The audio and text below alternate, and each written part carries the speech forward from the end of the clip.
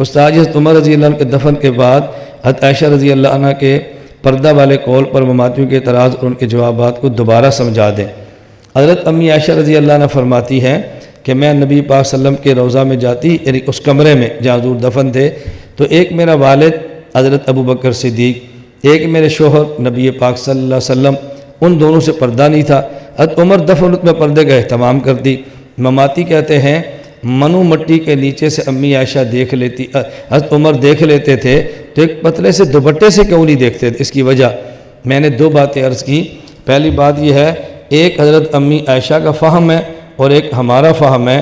اگر ہم امی عائشہ کو اپنی ماں سمجھتے ہیں تو اپنے فہم کو امی عائشہ کے فہم پر قربان کر دینا چاہیے۔ دوسری بات میں نے یہ کہی تھی کہ جیسے 100 میٹر لمبا لوہا ہو اور 1 میٹر موٹا ہو، ایک جانب سے کرنٹ لگائیں دوسری جانب فوراً جاتا ہے، لیکن اگر 1 میٹر موٹا لوہا اس کے اندر سے آدھے انچ کا پتلا سا ربڑ ڈال دے تو کرنٹ نہیں جاتا۔ اب اگر کوئی بندہ آپ سے پوچھے کہ لوہے سے کرنٹ گزر گیا ہے تو یہ ربڑ سے کیوں نہیں گیا، تو پھر ہم بھی آپ کو جواب دے لیں گے کہ مٹی سے دیکھ لیا ہے تو کپڑے سے کیوں نہیں دیکھا؟ تو یہاں کرنٹ جا رہا تھا، آدھے انچ کے ربڑ سے رکاوٹ بن گئی، منو مٹی سے دیکھ رہے تھے اور باریک کپڑا رکاوٹ بن گیا۔ اس کا معنی کہ بعض چیزیں رکاوٹ بن جایا کرتی ہیں۔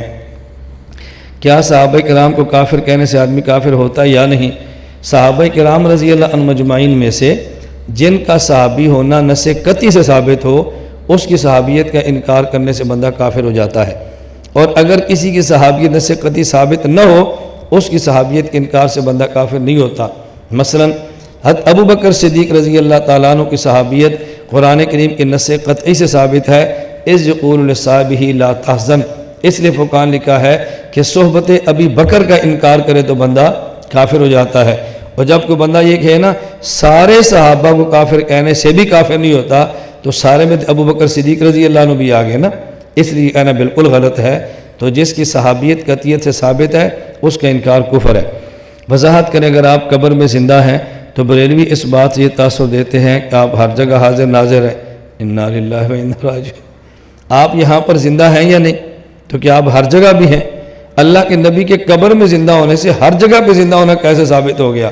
میرا خیال ہے بریلوی اتنے بیوقوف نہیں ہے کہ اس طرح استدلال کریں جیسے آپ ان کی طرف سے نقل کر رہے ہیں۔ ان کی استدلال کا طریقہ اور یہ نہیں ہے جو آپ نے کہا۔ ہاں، میں نے کل بھی عرض کیا تھا پرسوں اپنے بیان میں کہ میرا 3 سال پہلے کا دورہ تحقیق المسائل آپ دیکھیں، میں نے ایک حدیث پہ 1 گھنٹہ کم از کم بحث کی ہے۔ اس میں اس پر آپ کو بحث مل جائے گی کہ جب فرشتہ کہتا ہے ما تقول فی ھذا رجل محمد، اس سے بریلوی حاضر ناظر ہونا ثابت کرتا ہے، تو اس کا جواب بھی موجود ہے۔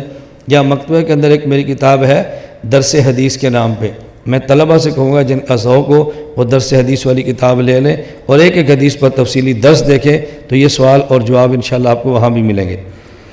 اس شبہ کا دوبارہ عرض کر دیں کہ نبی صلی اللہ علیہ وسلم صرف درود سنتے ہیں یا ہر بات سنتے ہیں؟ میں نے کہا تھا مماتی اعتراض کرتے ہیں کیا اللہ کے نبی ہر بات سنتے ہیں یا درود سنتے ہیں؟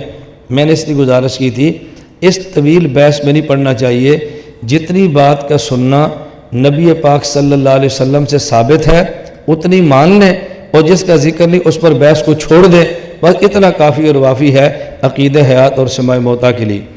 جب ہم کہتے ہیں کہ مردہ قبر میں زندہ ہے تو مماتی اعتراض کرتے ہیں جب عیسیٰ علیہ السلام قبر سے مردے کو زندہ کر دیتے تھے تو وہ مردہ تھے، اس وجہ سے زندہ کیا، ان کو پہلے سے زندہ نہیں تھے۔ جب ہم کہتے ہیں کہ مردہ قبر میں زندہ ہے، اس کا معنی یہ ہے کہ برزخ میں زندہ ہے، اور حضرت عیسیٰ علیہ السلام جو زندہ کرتے تھے اس کا معنی یہ نہیں تھا کہ زندہ کو زندہ کرتے، اس کا معنی یہ تھا کہ جس پر دنیاوی موت آ چکی، عالم دنیا میں مر کے قبر میں پہنچ چکا تھا، عیسیٰ علیہ السلام زندہ کرتے، یعنی عالم برزخ سے عالم دنیا میں آ جاتا۔ ان کے زندہ کرنے کا معنی یہ تھا کہ دنیا میں جیسے یہاں انسان زندہ ہے ایسے ہوتا، اور عیسیٰ علیہ السلام سے ایسے کرنا پوری ان کی زندگی میں 4 مرتبہ ثابت ہے کہ آپ نے 4 مردوں کو باذن اللہ کہہ کے زندہ کیا، اس سے زیادہ ثابت نہیں ہے۔ کسی مماتی مولوی نے کہا حضرت عائشہ رضی اللہ تعالی عنہا نے جو پردہ کرتی تھی یہ عبداللہ بن عمر کی وجہ سے تھی۔ کسی مماتی نے کہا عبداللہ بن عمر کی وجہ سے تھی، خود امی عائشہ فرماتی ہے کہ میں پردہ کرتی حضرت عمر کی وجہ سے تھی۔ اب آپ کی مرضی، آپ مماتی کی بات مان لیں جو 1400 سال بعد آیا ہے، یا امی عائشہ کی بات مان لیں جو خود پردہ کر رہی تھی۔ اب آپ نے کس کی بات مانی ہے یہ آپ خود دیکھ لیں۔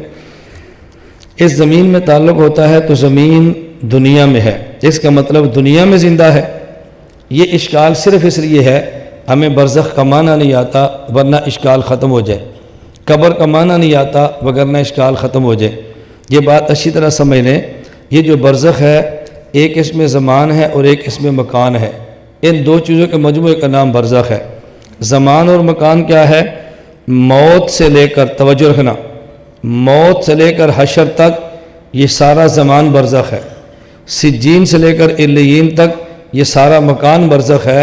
ان دو چیزوں کے مجموعے کا نام ہے برزخ۔ نمبر ایک، موت سے لے کے حشر تک یہ زمان ہے، اور سجین سے لے کے علیین تک یہ مکان ہے، اس سارے کا نام برزخ ہے۔ برزخ کا معنی یہ نہیں ہے اگر آپ نے میت کو دفن نہیں کیا، مٹی کے اوپر رکھ دیا، یہ اس کے لیے برزخ بن گئی۔ برزخ کا معنی کیا ہے؟ سجین سے علیین تک یہ سارا برزخ، اور موت سے لے کر حشر تک یہ سارا زمان برزخ۔ برزخ کا معنی یہ ہے اب اس کے سارے احوال وہ ہیں جو ہماری آنکھوں سے اوجھل ہو گئے ہیں اور پردے کے اندر آگے ہیں، خواہ یہ مٹی کے اندر ہے خواہ یہ مٹی کے اوپر رہے۔ اس لیے برزخ کا معنی یہ ہے، برزخ کا مطلب نہیں کہ اس مٹی سے کسی اور جگہ اس کو لے جائیں۔ لا إله